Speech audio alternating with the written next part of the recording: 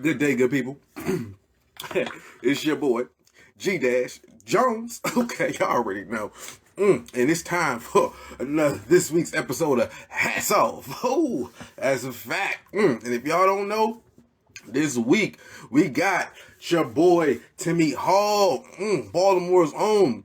Listen, hilarious. Look, man, I'm gonna bring him up right now. That's a fact. He's a hilarious stand-up. Been doing it for years in the game, right? And he will be live and on stage to and he will be live and on stage February 4th at the Pay Per Joke comedy show, the Delaware Art Museum. Yes, It's going down. My man, the myth, the legend. What's up, man? How you feeling? I'm good, bro. That's a fact. That's a fact. Hold on, before I get to you, just a couple of announcements to make. So tomorrow night, you can see me hosting La Casa Day live at the Rockford Tavern. Locally, listen, we gonna shut that down. I don't know if y'all know La Casa Day, but I like to tell y'all it's a whole band out there. They got the vocals, they get the shoulders moving, they get the playing. So live at the Rockford Tavern is going down tomorrow night. Doors open at 7, and of course your boy G Dash is the host. So you know it's gonna be a vibe. You know what I'm saying? It's gonna be a whole situation. All right then. And then after you hit that up on Saturday, see Genesis Z and the Black Mambas. Their album release party is gonna be happening live at the Oddity Bar. I suggest y'all tune in. That's gonna be a vibe as well. So y'all check them out. But check me out tomorrow on La Casa Day. Check Timmy out on February 4th at the Pay Per Joke comedy special. But see, if y'all don't know why he funny, y'all don't know why y'all gonna check him out. See, I don't know why y'all ain't check it out because I already had. Y'all should have seen the link. It had a name in it. You could have Googled him, but you chose to wait for me to talk to him. So guess what? Okay, now we here. My man, tell me a little bit about yourself, sir. Baltimore, born and bred, comedian, been doing comedy 28 years. I did everything like everybody else, and comic view, everything, I did it all, been around a long time, just opened up for Cedric Entertainer and D.L. Hewlett the tour. I mean, I've been around a while. That's a lot of damn hats on the wall, bro. That's a lot of your ass trying to. I hope they ain't an apartment. There's a lot of fixing walls. That's a lot of damn hats. They got paid for it. So here's the thing. It's short. All right. So here's how it works. So I do have to ask. 20, you said 28 years or 20 years? 28 years. 20 years. Yeah. 28 years in comedy, right? I was 10 when you started this situation. What? I need you to understand. Damn. Yeah, that's. Wait, don't say that. I don't look that old. Don't do that to me. I'm not sure what that means. I said your ass live a rough life, nigga. I don't do. No, don't listen. Hat on. You like no. My hat look like an 82. This is just the hat though. You did Dwayne Wayne. Different world, nigga. That's an old hat you got on. You did Dwayne Wayne hat. That's it. Listen, sometimes you gotta be ready. Okay, I'm just ready. I stay ready. Okay. Yeah, Dwayne Wayne. So 28 years ago, what got you into wanting to be in the comedy? I never wanted to perform. I just wanted to write. You know what I'm saying? I just wanted to write comedy. I never wanted to perform. But I used to write for a friend of mine who took me to comedy clubs when I was actually underage. And I used to write a little bit here and there and let him do the jokes. And then one day I decided to try it. It was, you're a brand new comic, you hype or whatever, get laughs, you think you can do everything. So, I did it. And then, I had my good days, my bad days until I got consistent, That's the thing. It's the process. So wait, now I'm curious. Why didn't you want to, get on the stage? Why'd you only want to write? Stage fright. You know how it is. Stage fright. I'm a type of person. I mean, stage fright, but like me, I write sitcoms and stuff like that. I don't want to be in them. I like directing. I like directing and stuff like that. Opposed to being in the film. You know what I mean?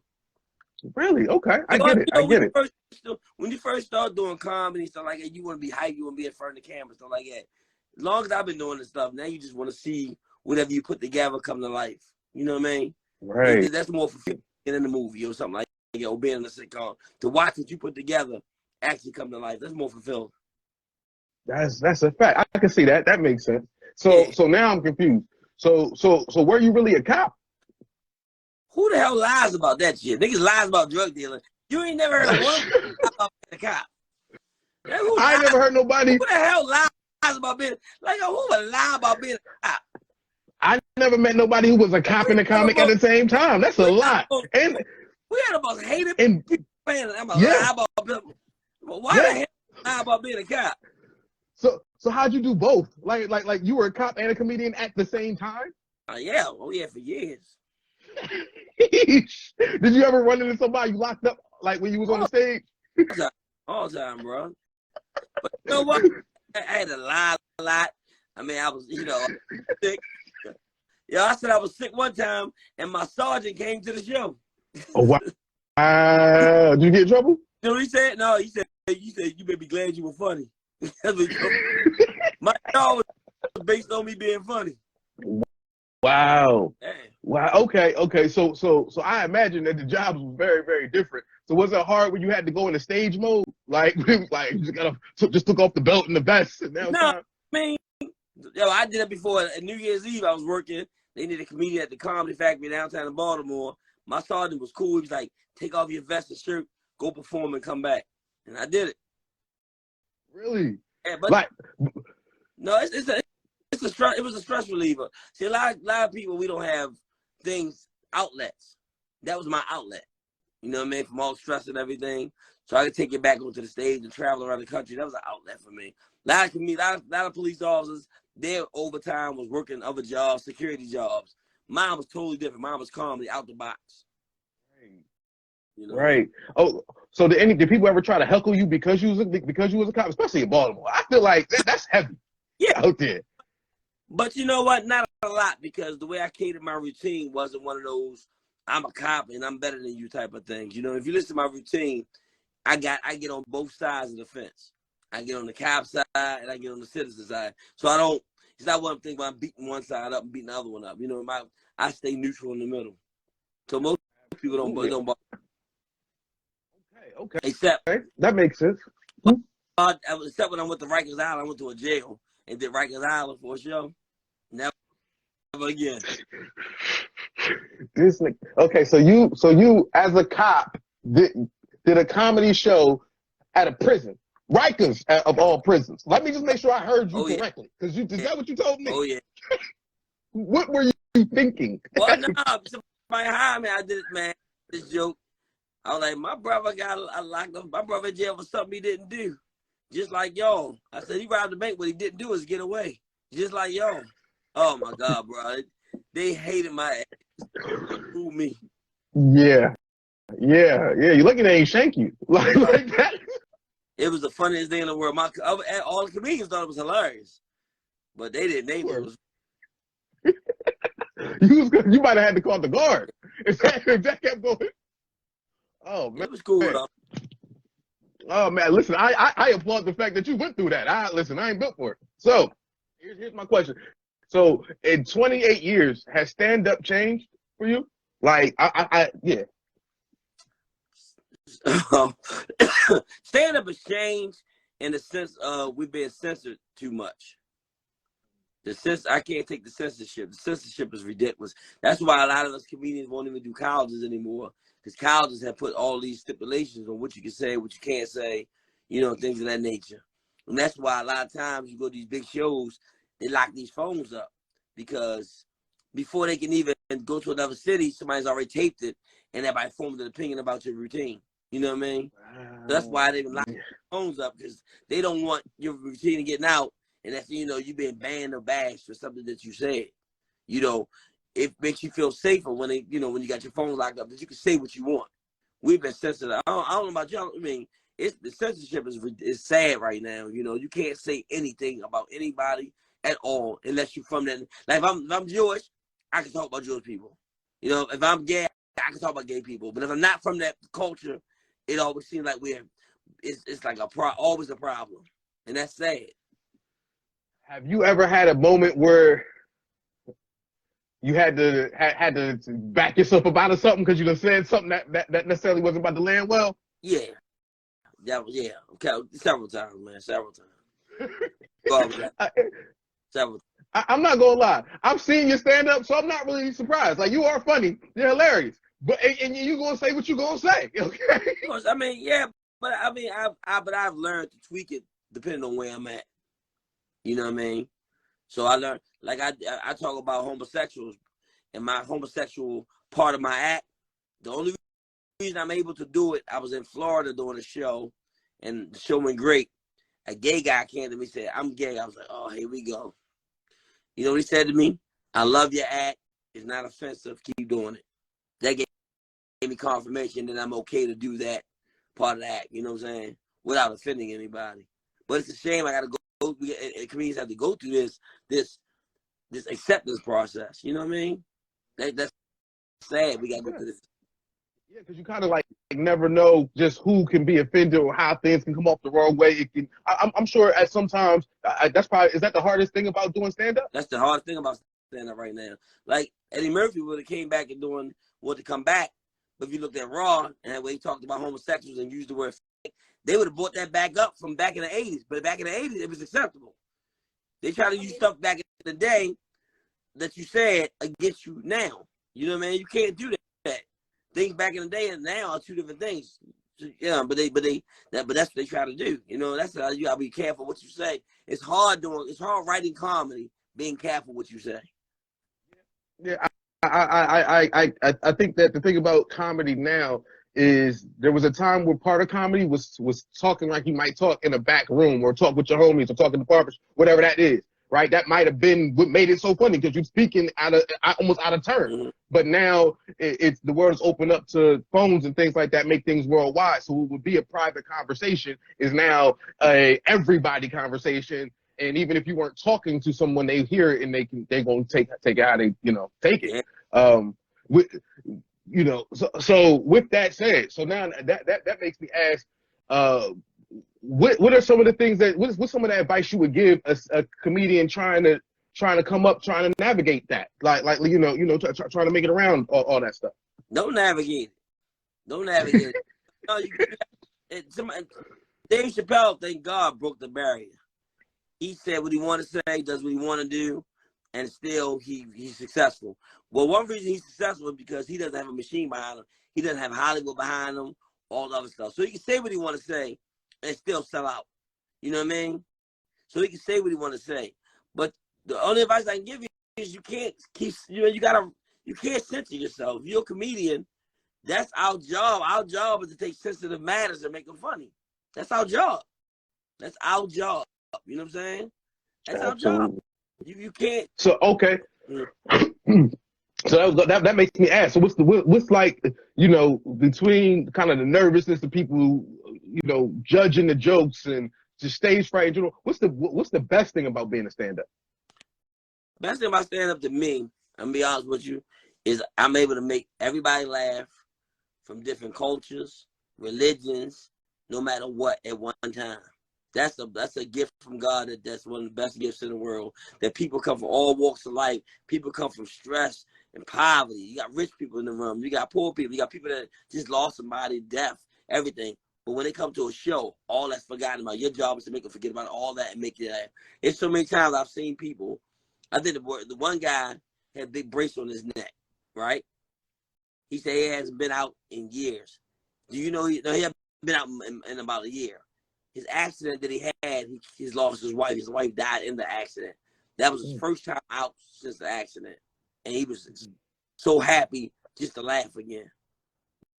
That's more. That's I'll take that over money any day. Wow, you literally kind of brought back his spirit after everything he was going through. Right, but I'll take that over money. Because to watch hundreds of people or thousands of people laugh at one time, man, it's amazing to me. Just by something in your mind, it comes from your mind to the paper, to the stage. It's an amazing, amazing, amazing gift. It is. That is a gift. That's definitely, and I listen, I appreciate it personally because like I'm a comic fan. That listen, so I am here for it. With that said, I also want to ask, granted it's been a long time for you. How'd you get over the stage fright? I don't. No. Let me tell you something. Okay. The day you stop being scared or don't get nervous, quit. You can't take not one crowd for granted. There's crowds I thought I was going to destroy the crowd and bombed out. There's crowds that I sat there and were nervous about and did great. That stage fright keeps you on your toes. That stage fright keeps you from being arrogant. That stage fright makes you sharp. So you never that stage fright. I get nervous every time. 28 years, I get nervous every time I get on stage. I pray and I go every time. But it keeps me sharp and focused. Right. So you kind of just like embrace it and then let that kind of push you to every time. Focus. See, a lot of times you go up there, I see a lot of arrogant comedians. Oh man, this crowd, I'm gonna kill this crowd. And then they bomb. You know what I mean? Because you didn't sit there and you didn't humble yourself. You wasn't scared. You thought the crowd was gonna feel you because you are who you are. I treat every crowd like they don't know me. That's the way I roll. And I don't care if it's 20 people or 2,000 people. Everybody get the same show. You know. Okay, so with that said, when you write jokes, because you write for yourself and you've written for others before, is it different when you write for yourself versus when you write for somebody else? Of course, because you got to use their perspective. I learned things about their lives and stuff like that. That's not my life. I try to write things. I write comedy based on life experiences. You know what I mean? I wrote they were locked up. Take that experience and I flip it. You know what I'm saying? I write on life experiences. I tell any comedian, the best advice I give any comedian, write about your life. No one can steal your life. Stop trying to write on the surface bullcrap jokes.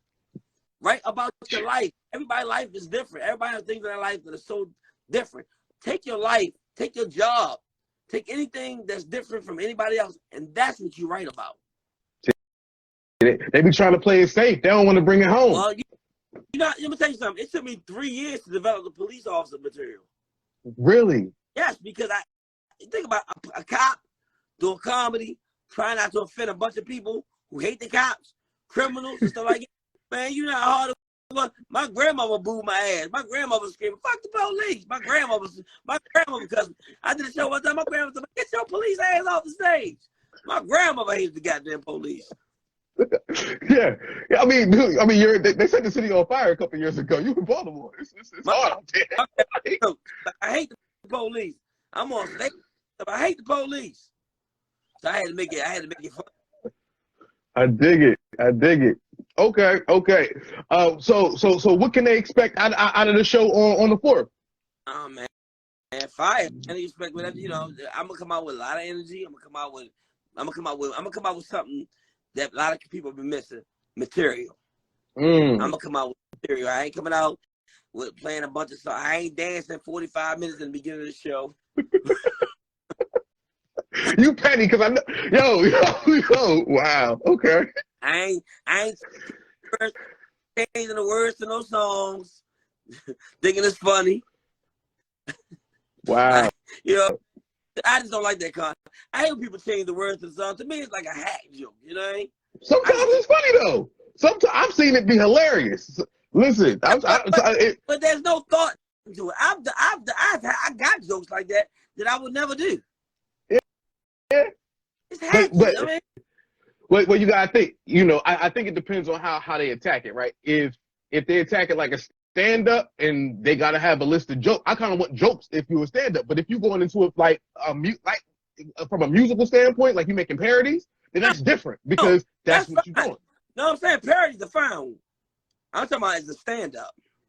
I don't like it. Yeah. I get it. So parodies all the time. Parodies are fine. I love parodies. I would do a parody. Matter of fact, I've done a parody not too long ago promoting the show and killed it. Yeah. Is it on YouTube? Because I'm gonna need to check. I'm gonna send it to you. Yes. I can't wait. Oh man. No problem with that. That's parody, but I'm talking about as a stand-up comic. You take you change the words to songs stuff. To me, that's not thought-provoking. You know what I mean? It's not, you didn't take the time to think about it. You took a song, it sounded good to you, change the words. You know what I mean? Come on, man. It's too easy for you. It's lazy, if you will, in your opinion. That's what I say. It's lazy comedy. Okay, I got it. Oh man. So before I get up out of here, right? Again, I just want to let the people know that's February 4th, pay per joke at the Delaware Art Museum. It's a night full of headliners. It's you, it's Mike Bonner, it's it's a bunch of y'all. You know the rest of the top of your head? friends on the show, man. It's gonna be a great show. And all the comedians there, man, veterans. These guys are funny as hell. I mean, we don't even know who's gonna headline the show. It's so funny because everybody's a headline on the show. That's the one thing. One thing about shows like this will bring your comedy game to a new level when you got people in front of you that's funny as hell. So we don't, right, because everybody got to step your game up now because everybody funny. So you don't want to be the dead guy in the middle. Man, that'll be the day I do a song.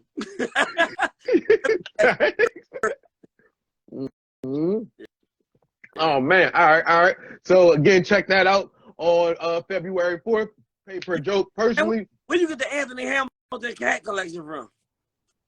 This was collected. That's why the show's called Hats Off. It's not an accident. You got Erykah Badu, Anthony Hamilton, nigga. You got all types of hats. Yes, absolutely. Somebody call Charlene right now. Okay. They call Charlene. Call Charlene and Tyrone. Both of them motherfuckers. Okay. That's what I'm on. Anthony Hamilton mix. He got the Erykah Hamilton collection. That's a fact. And I got extra incense in the back for no reason. And 82 Chevy. I got incense and 82 Chevy. That burgundy hat is Scarface last video hat from he put his hands out. Hey, listen, don't you dare talk about my smile for me. I think you seen a man cry. Don't you talk about my smile for me. Okay. Listen, I'm ready. I used to be a stylistic and a delphonic. Okay, don't you dare. Like you the stage manager for Curtis Blow. What? Don't listen. I used to get I bash skits, but I taught him that. I taught him every word. Yeah, like Curtis Blow stage man. I had the shag hanging down. It was just like curly and moist, just hanging off the back, like. Ridiculous. All right, man. Also, and because of this, because you mentioned, I also got what's called the Hats Off playlist. The link is in the bio on my link tree. The playlist is all non-commercialized music or local artists. So it's about 20 local artists on that playlist. Everybody say support local music till it's time to support local music. Right. Click on the playlist and rock out. It's all great vibes. And when I say great vibes, I don't mean a bunch of songs that you would hear and you're like, I don't like new music. No, this is vocal singing, lyricism writing, bands playing. It's real musical music. So again, the link is in my bio. The Hats Off mixtape playlist volume 1. It's on YouTube, Spotify, everywhere. I love live band music. We gotta get back to more of that, especially in Baltimore, man. Live band music is amazing. Yes. But that's part of why, I'm a part of Delaware Music Network. So that's why when I say tomorrow, we got a whole show going with La Casa Day. That's all live music. They're gonna rock. And listen, it's an atmosphere whenever you hear that live music in there. It just hit different, right? It's kind of like, in my opinion, how I can watch skits all day, right? Love Country, Wayne, 85, so I can watch skits all day. Being in front of being at a comedy spot, watching a comic flow, it's a different energy. Right, like you said, laughing with 50,000, laughing with how many people, it's a different vibe. It's a very different vibe, man. It's an amazing vibe, man. Let me tell you, but you know what, man? You don't never know this, but the real comedy is backstage. Somebody need to put a hidden camera backstage. Really? The stuff that goes on backstage and the way people talk about it is amazing. It's just, I would love to see a hidden camera backstage. That's where y'all really be geeking at. Well, a lot of stuff goes, man. A lot of stuff goes on, bad business deals and fights and all types of shit. It'd be Bernie Mac and Players Club back there, huh? Because I took my son to a comedy show not too long ago, and he saw all the stuff I had to go through. All this, I had to go through intermission. I was headlining, had to go through this and that. He didn't realize all the stuff I go through before I get on stage. I told him that we go through so many emotions and so much bull crap before you touch the microphone. He said, I don't know how you do it. I said, I've been doing it so long, but it gets really wears you down. But people don't see everything we go through. I had a partner that got killed the day I had a show, and I had to perform that same night. And I had to perform. I had to put my motions to the back, to the side, to do my job. That sounds rough. Was it hard? It was very hard, but for some reason, man, when I'm upset and when I'm sleepy, I don't know what it is about me being sleepy, I do better. I think I channel more energy. If I get rested and when I'm rested, I do horrible. If I'm sleepy, I do wonderful. All right. So on February 4th, I need you to stay up for like a day and a half. You know what I'm saying? Like have somebody else drive you there because you're not gonna be good to drive. Be that kind of tired. You know what I'm saying? I am looking forward to it, man. Seeing with all those comments, man. I'm looking forward to it. I love a good show, and what they're gonna have is a good show. It's gonna be one of the best shows, comedy shows you've seen in a long while. For the price, you're getting a price for comics that you should be seeing at big arenas. You know what I mean? So you definitely need to come in and support it. I'm here for it. All right. So before I let you get up out of here. So I do this thing. So I'm a spoken word artist. I'm an improv poet and whatnot. So I do this thing where I tell people, if you give me a word, I'll give you a poem. So go ahead, give me a word. Destruction. Here we go with this shit. Well, that was aggressive. He said destruction. Destruction. All right, we destroying things. Okay. Where I want to go. All right.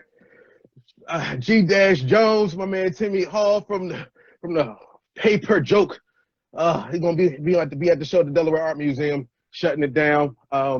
And by the way, next Tuesday I'll be on the One On podcast. So catch me on next Tuesday on the One On podcast, and then next Friday I'll be doing the close. I'll be hosting an artist conversation, moderating an artist conversation at Blondie Mansion, 127. Next Friday. All right. I was given the word destruction. G-Jones, destruction. I'm thinking. Yo, I've been trying to chill. Like, I don't really want to do much.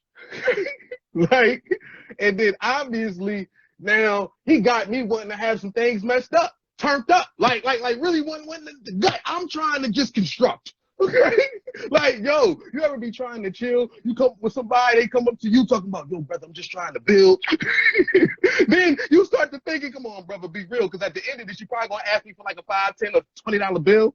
Okay, you know how that get? Like, that's when they really need to yield. I be trying to ask what they trying to build up when they don't really want to partner up because they don't want to really pay up for what I'm trying to give up. Fine.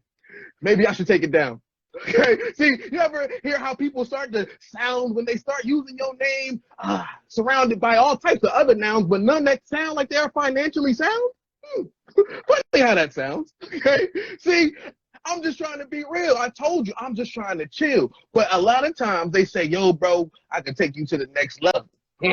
But you ain't really trying to ice up the bezel. You ain't trying to help me really elevate any of these levels. Honestly, you probably should face is causing too much trouble. That's what I started thinking. Because they ain't trying to make anything double. See, you ever meet some folks that ain't got the gift of a higher consciousness and they can't help you gain any of it that they said that they could, although they act like they should? Man, I wish it would. Okay, fine.